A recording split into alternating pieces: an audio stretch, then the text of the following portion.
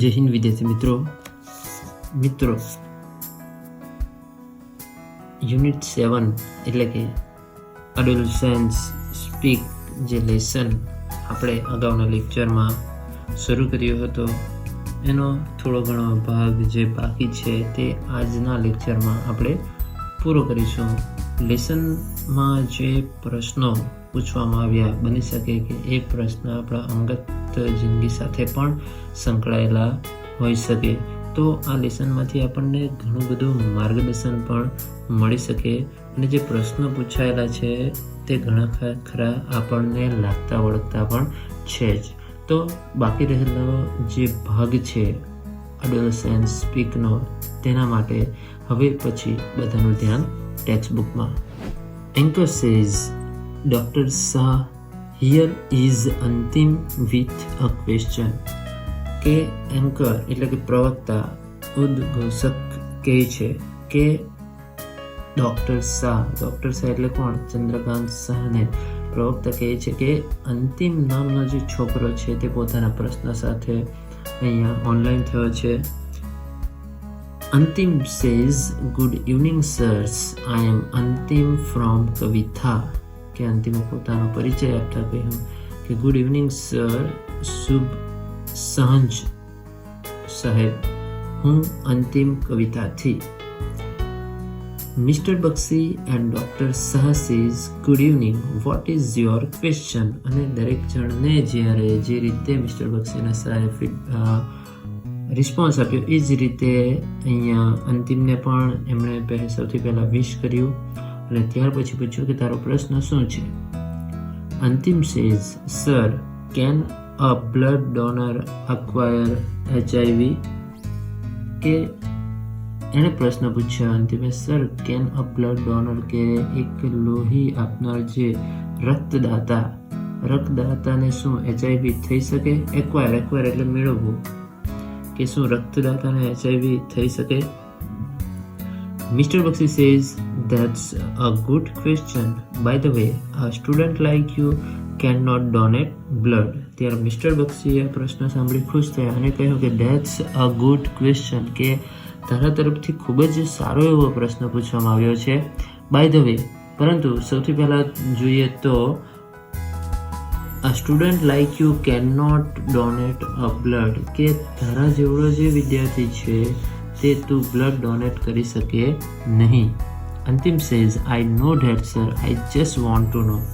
અંતિમ કહે છે કે એને ખબર છે કે એના જેટલા ઉંમરના બાળકો બ્લડ ડોનેટ નહીં કરી શકે, પરંતુ એનો ક્વેશ્ચન શું હતો કે એક રક્તદાતાને HIV થઈ શકે.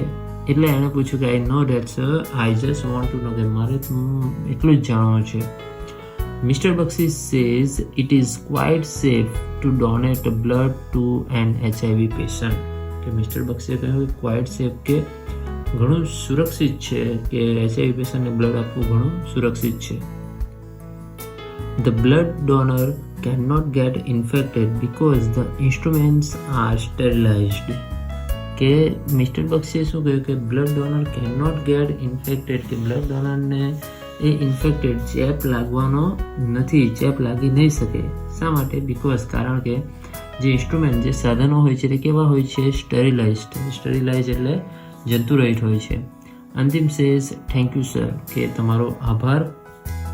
Anchor says, you should know AIDS for no AIDS. કે પ્રવક્તા ઉદ્ઘોષક કહે છે કે આપણે બધાએ જાણી જ લેવું જોઈએ કે શું જાણી લેવું જોઈએ? એડ્સ નહીં થાય એના માટે એડ્સની જાણકારી રાખવી જોઈએ. Before we conclude the conference, let's listen to Harish problem. કે કન્ક્લુડ એટલે અંત કરવો કે પૂર્ણ કરવું, કોન્ફરન્સ સભા.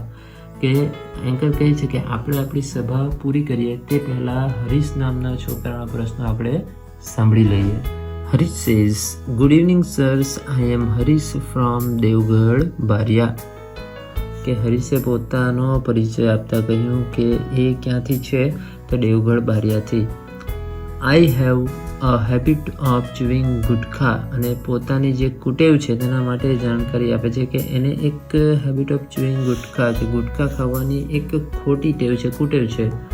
Because of this habit my teeth R સ્પોઇલ્ડ. અને કહે છે કે આ ટેવના લીધે જે મારા દાંત કેવા થયા, સ્પોઇલ, એટલે બગડી ગયા, સડી ગયા છે.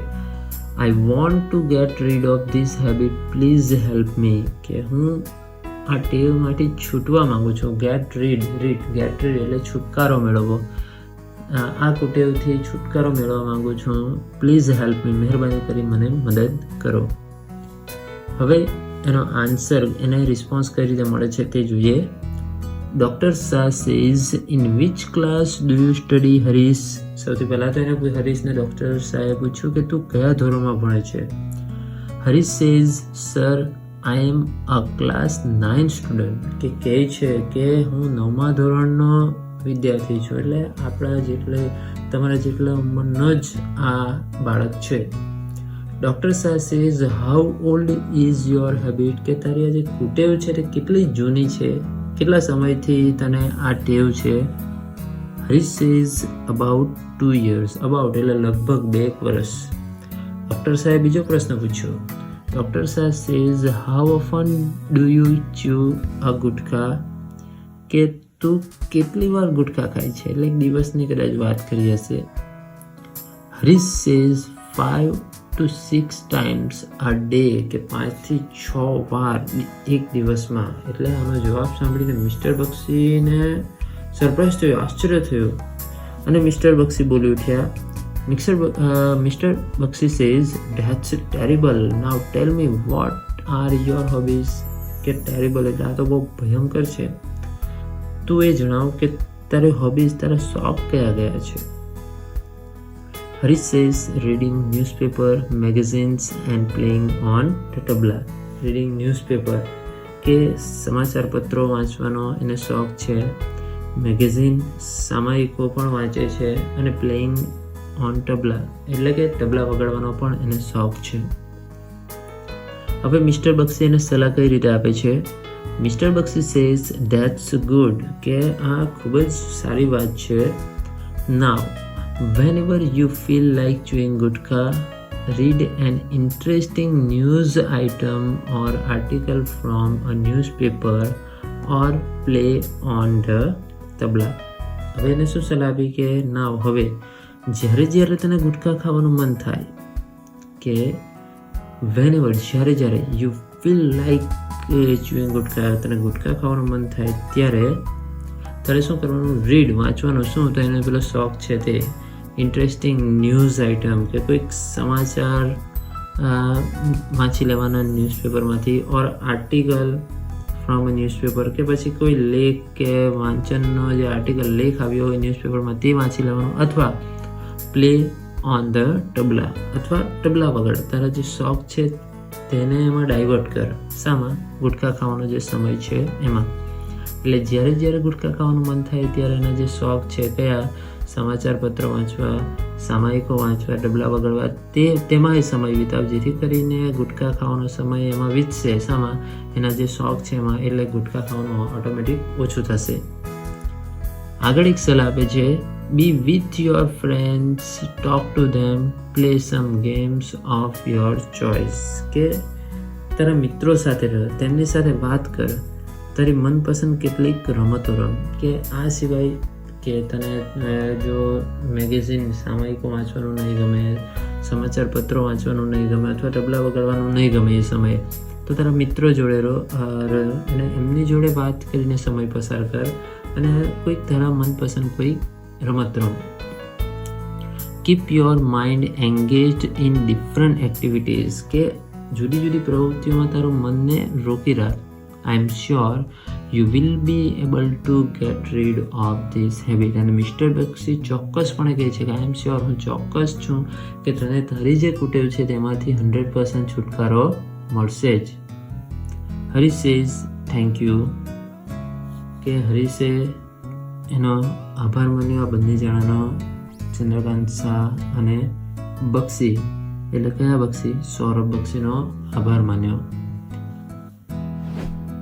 માં જે એન્કર સભા પૂર્ણ કરતા કહે છે, anchor says, so friends, now it's time to say good bye. કે મિત્રો, હવે આપણે રજા લેવાનો સમય થયો છે.